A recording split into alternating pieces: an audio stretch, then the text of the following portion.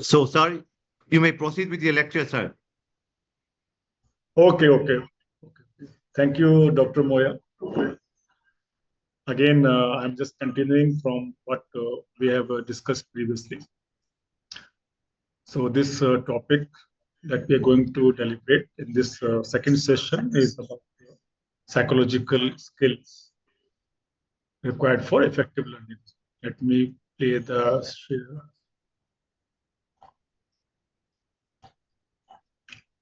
Okay.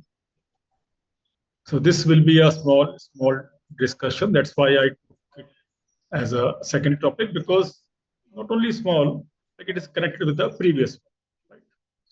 So it will help us to understand something that we may be ignoring when we discharge our duties as a teacher.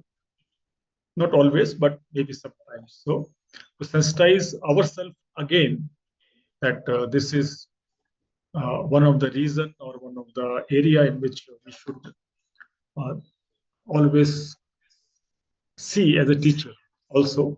So this topic comes to my mind. I just have to adjust the screen. I think yes. If I'm correct, I think you all can see this screen, and this PPT is absolutely clear. Perfect, sir. Okay, thank you. So psychological skills or effective learning. Uh, I tried to build this topic from a universal appeal domain. Like not to be more, theoretical from a psychological approach or from a clinical psychological approach, from an educative approach. Because this is FIP, right? And FIP includes teachers from all streams and all domains, which will be teaching in their concerned specific subjects. So I have used soft terms, and I will be talking in a more easy, non-theoretical, non-bookish mechanism to make us understand what actually we are trying to achieve while we discuss this kind of topics. Now, okay. So why there's a need to even discuss psychological skills for effective learning? Why there's a need? Because we all are adults, and we all have done your some bit of qualification, minimum qualification required, right? You are PG and you are net also, and maybe you are having PhD with some experience and all, and you have so many publications. So you know things, right? I assume that you know things, and you gone through a system of education by yourself, undergraduation, post graduation, and this doctoral level. Maybe postdoc also you have done. Right? So why this need to even discuss the psychological skill set? Learning is a process, as you can see and you know, as discussed previously. Learning is a two-way mechanism. Uh, you are there to discharge this, to carry out this process from this angle, that whatever you are doing has to be received in the same manner. Then only the aim will be fulfilled. So, as I told or discussed in the previous lecture, that when this has to happen, the personal characteristics of the person who is giving and the personal characteristics of the person who is receiving both comes into play.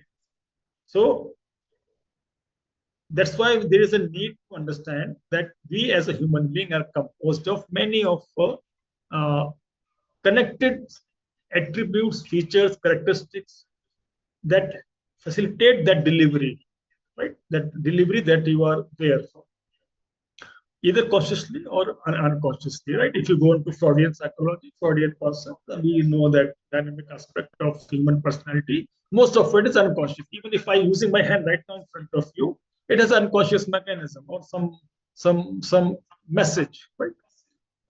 So that kind of understanding has to be there, that learning will be always affected by the skill of the person who is trying to impart. Learning, I don't need too much technical. You know what is learning. Anything that brings a permanent change, that is called learning. Even if you don't go to school, you learn so many things, right? learn by observing. So observation learning will always be there. You learn by observing. Then there is a classical conditioning learning. If somebody like gone through some experience or bad experience, then you okay, oh, if I go there, this kind of thing will happen. So when a child plays in your house, in our houses, he actually puts his finger into some electric hole or plug. You get you get shocked, something. Then it is a learning now. Okay, so when I put my finger into the hole, then it is getting the aversion, like electric current is there. So by that he learned something. That way, learning happens. So learning happens through various mechanisms: observation, operant conditioning, classical conditioning, all that. But point here is that anything that brings a permanent change in your way of living, way of dealing, is a learning. And this learning has to be understood from this aspect that it is affected by various skill or set of skill in both the parties, right? Now, the example that I am putting here in the red font is that if you just read out, it's very simple. You must have seen the icebergs in the sea, right? In the movie also, you have seen. You may remember the Titanic movie, right? Titanic movie, there is iceberg, and the fellow on the top is uh, failed to notice that tip of the iceberg, and the Titanic ship cracked. It get clashed into that particular iceberg, and something happened as a casualty. You know that movie. So what is that message? Is that the tip of the iceberg over there may not able to predict actually that what is inside. So when a student comes to us, basically, he is not only coming to us for knowledge or with that mindset. A student might be having so many personal attributes that may facilitate a learning or they may not facilitate a learning. So student is more than that. So if any student who is answering in the class, or if any student who's like only getting good grades in the class, and we can identify, okay, he is the hero of the class, and he is the like best student in the class. He's understanding all things. I don't think it's the right understanding, because a student is composed of other features that makes his personality.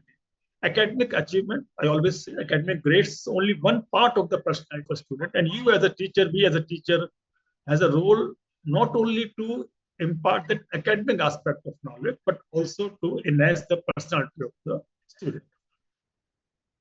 Skill, you already know that when you collect many attributes, it becomes a skill, right? So skill is a set of various qualities that present in a person.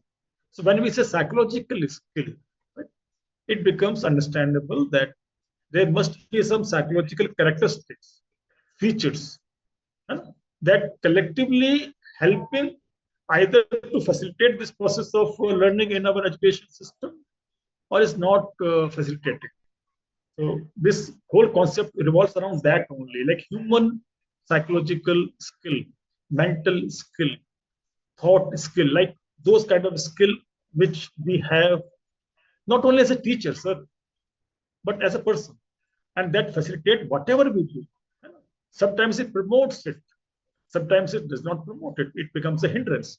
So we're talking about that kind of concept today. just trying to escape this.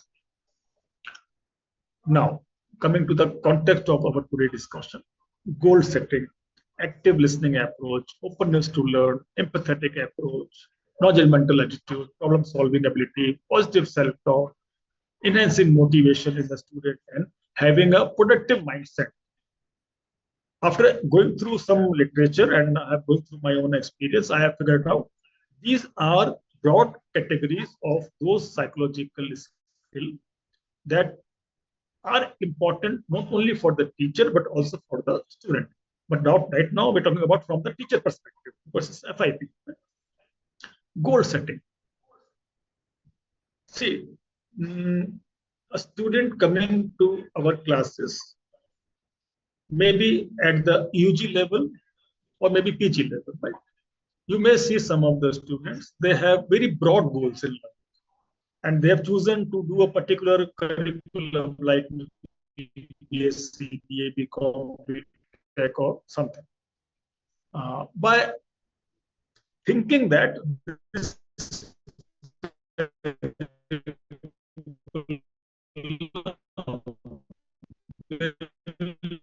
lead to lead them to achieve that particular goal in future life. So the point is that they have a very uh, goal in nature.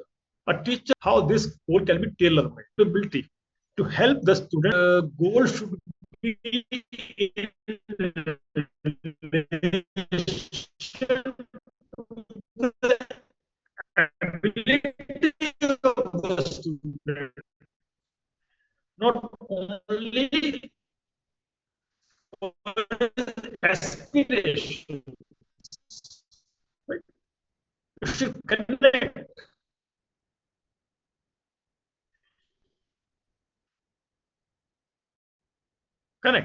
It should relevancy, time boundancy, achievable, measurable, specific, smart acronym I have used here. So if a teacher is there to help or shape goal of a student, okay, this is like happening. Active listening. We already discussed this concept in detail. If it is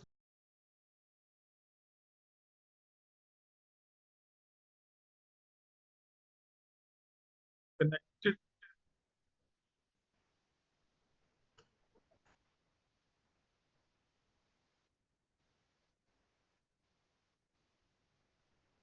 the power has gone here.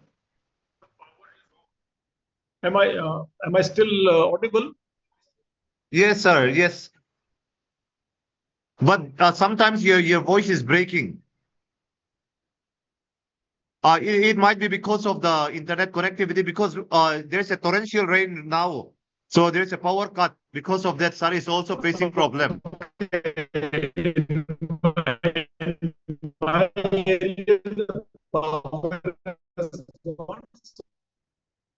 Coming that so I think we shall continue right now.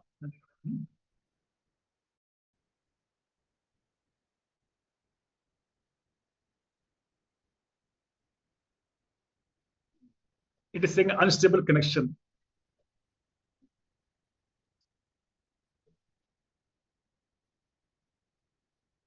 If you can just tell me that it is still like readable, I will continue.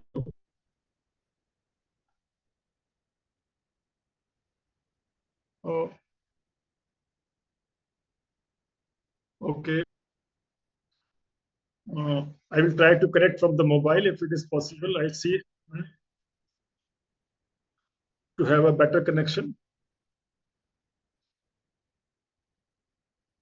Just give me 1 minute. Huh?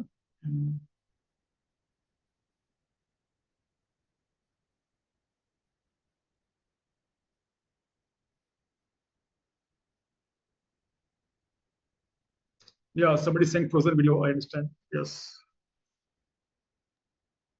Yeah, yes, sir. If you close your camera, you might walk a little bit. Okay, I close it. So this slide is visible. So shall I continue?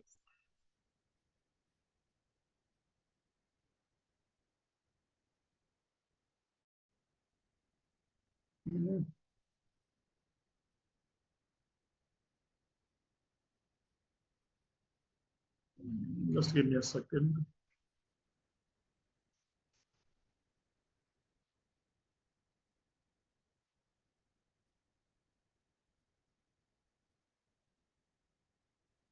The climate in this Mizoram right now is like it's raining very heavily. This place.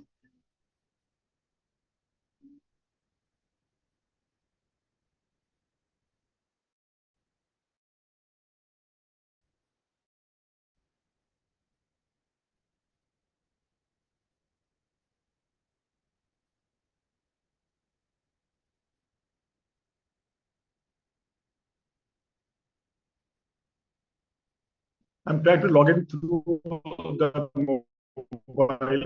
Let's see if that connection is. So,